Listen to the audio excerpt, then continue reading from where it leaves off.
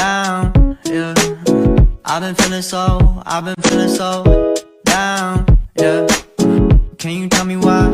Assalamualaikum warahmatullahi wabarakatuh. Perkenalkan, nama saya Amalia Jayanti, NIM PO 713902000090. Baiklah, di sini saya akan menjelaskan tentang mata kuliah biostatistik, yaitu One Way ANOVA.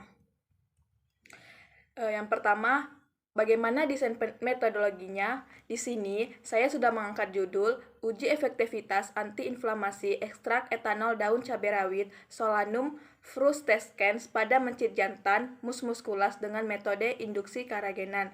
Sedangkan untuk desain penelitiannya yaitu pra-eksperimen karena hanya memenuhi satu syarat eksperimen, yaitu perlakuan.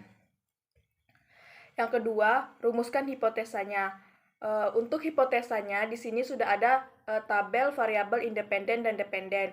Untuk variabel dependen itu adalah efek antiinflamasi, sedangkan untuk variabel independen itu ada 4. Yang pertama ada kontrol positif, kontrol negatif, dosis 1 dan dosis 2. Di sini kita ingin melihat perbedaan rata-rata efektivitas antiinflamasi antara kontrol positif, kontrol negatif, dosis 1 dan dosis 2. Adapun untuk hipotesanya, H0 itu tidak ada perbedaan rata-rata efektivitas antiinflamasi antara kontrol positif, kontrol negatif, dosis 1 dan dosis 2. Sedangkan untuk HA-nya, ada perbedaan rata-rata efektivitas antiinflamasi antara kontrol positif, kontrol negatif, dosis 1 dan dosis 2. Lalu untuk penafsiran hasil di sini ada 2. Jika signifikasi kecil dari 0,05, maka berada di daerah penolakan H0. Artinya HA diterima, berarti ada perbedaan. Lalu yang kedua, jika nilai signifikasinya besar dari 0,05, maka berada di daerah penerimaan H0. Artinya HA ditolak, berarti tidak ada perbedaan. Yang ketiga, langkah-langkah uji normalitas dan uji One Way ANOVA. Sebelumnya kita harus mengetahui terlebih dahulu apa sih uji normalitas itu.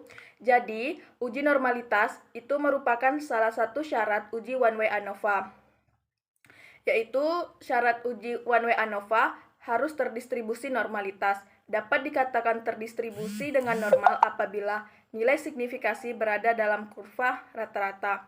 Untuk uji normalitas dapat dilakukan dengan 2 metode. Yang pertama ada Shapiro-Wilk dan yang kedua ada Kolmogorov-Smirnov. Untuk Shapiro-Wilk ini yang datanya kecil dari 30, sedangkan Kolmogorov-Smirnov datanya besar dari 30.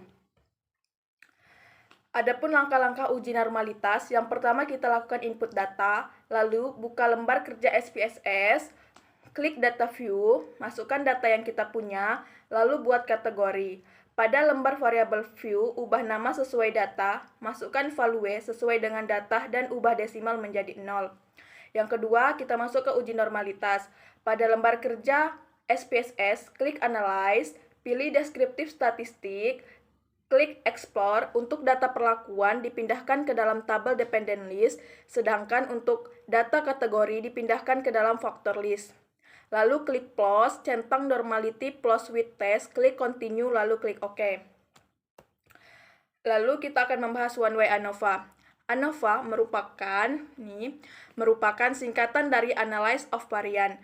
Analysis of Variance adalah salah satu uji komparatif yang digunakan untuk menguji perbedaan mean atau rata-rata data lebih dari 2 kelompok. Adapun syarat-syarat One Way ANOVA, yang pertama, sampel berasal dari kelompok yang independen, yang kedua, varian antar kelompok harus homogen, dan yang terakhir, data masing-masing kelompok terdistribusi normal. Apabila proses transformasi tidak juga dapat memenuhi asumsi ketiga tadi, maka uji ANOVA tidak valid untuk dilakukan, sehingga harus menggunakan uji non-parametrik, misalnya Kruskal-Wallis. Adapun langkah-langkah uji ANOVA, yang pertama kita buka SPSS, lalu buka tab variabel view, lalu pada variabel view masukkan data yang kita punya, ubah desimal menjadi 0, lalu beri label kategori pada data dan ganti value-nya. Lalu kita klik Analyze, Compare Means, One Way ANOVA. Nah, setelah muncul jendela One Way ANOVA, pilih variabel perlakuan kita pindahkan ke kotak Dependent List, sedangkan variabel kategori kita pindahkan ke kotak Factor List. Lalu kita pilih menu option, lalu klik descriptive dan homogeneity of variance test, lalu klik continue. Pilih menu post host, lalu klik to OK, selanjutnya klik continue, lalu terakhir kita klik OK. Nah, di sini sudah terdapat data hasil penelitian. Di sini ada kontrol negatif, kontrol positif, dosis 1 dan dosis 2. Nah, di sini saya akan menjelaskan lebih detail langkah-langkah uji normalitas di SPSS. Yang pertama, di sini kita input data. Kita copy dari hasil penelitian kita tadi.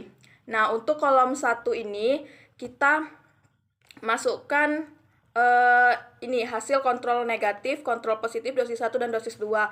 Sedangkan untuk kolom di sebelahnya itu kita tulis kategori. Misalnya 1 itu kita anggap sebagai kontrol negatif, 2 sebagai kontrol positif, 3 dosis 1 dan 4 dosis 2. Lalu yang kedua, kita ubah desimalnya menjadi 0. Ini desimalnya kita ubah menjadi 0. Dan yang ketiga, kita ubah valuenya. Seperti yang saya bilang tadi, 1 kita anggap sebagai kontrol negatif, 2 sebagai kontrol positif, 3 dosis 1 dan 4 dosis 2.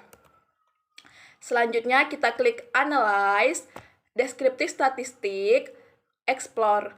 Nah, ini kan sudah muncul layarnya, kolomnya, kolom Explore. Lalu untuk perlakuan kita pindahkan ke kolom Dependent List, sedangkan untuk kategori kita pindahkan ke Factor List. Lalu kita klik menu Plots, kita pilih Normality Plots Weight Test, lalu klik Continue, dan kita klik OK. Dan muncullah hasil data output seperti berikut. Nah, di sini didapat nilai signifikasinya 0,961, 0,661, 0,466, dan 0,629. Kita lihat penafsiran hasil tadi. Jika nilai signifikasinya besar dari 0,05, maka data terdistribusi normal atau rata-ratanya sama. Sedangkan jika nilai signifikasinya kecil dari 0,05, maka data tidak terdistribusi normal atau rata-ratanya berbeda. Nah, dari hasil output kita didapat bahwa nilai signifikasinya besar dari 0,05. Berarti semua kelompok data kita ini terdistribusi dengan normal dan bisa dilakukan uji one-way ANOVA. Selanjutnya, langkah-langkah uji one-way ANOVA menggunakan SPSS sama seperti tadi, kita tinggal melanjutkan saja. Kita langsung ke menu Analyze, Compare Means, one-way ANOVA. Lalu pada kolom one-way ANOVA itu perlakuan kita pindahkan ke kolom Dependent List, sedangkan kategori kita pindahkan ke kolom faktor. Lalu kita pilih option, di option kita centang homogeneity of variance test, lalu klik continue, lalu kita klik post host. Di post host ini kita klik tukai, lalu continue, lalu klik OK. Nah, di sini sudah terdapat output data uji one-way ANOVA. Didapat nilai signifikasinya itu 0,000. Nah, jadi kesimpulannya, pada uji normalitas didapat nilai signifikasi 0,961, 0,661, 0,466, dan 0,629.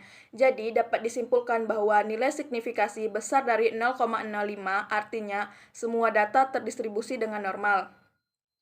Sedangkan untuk uji one-way ANOVA kita dapat nilai signifikasinya 0,00, berarti lebih kecil dari 0,05, maka H0-nya ditolak, artinya HA diterima.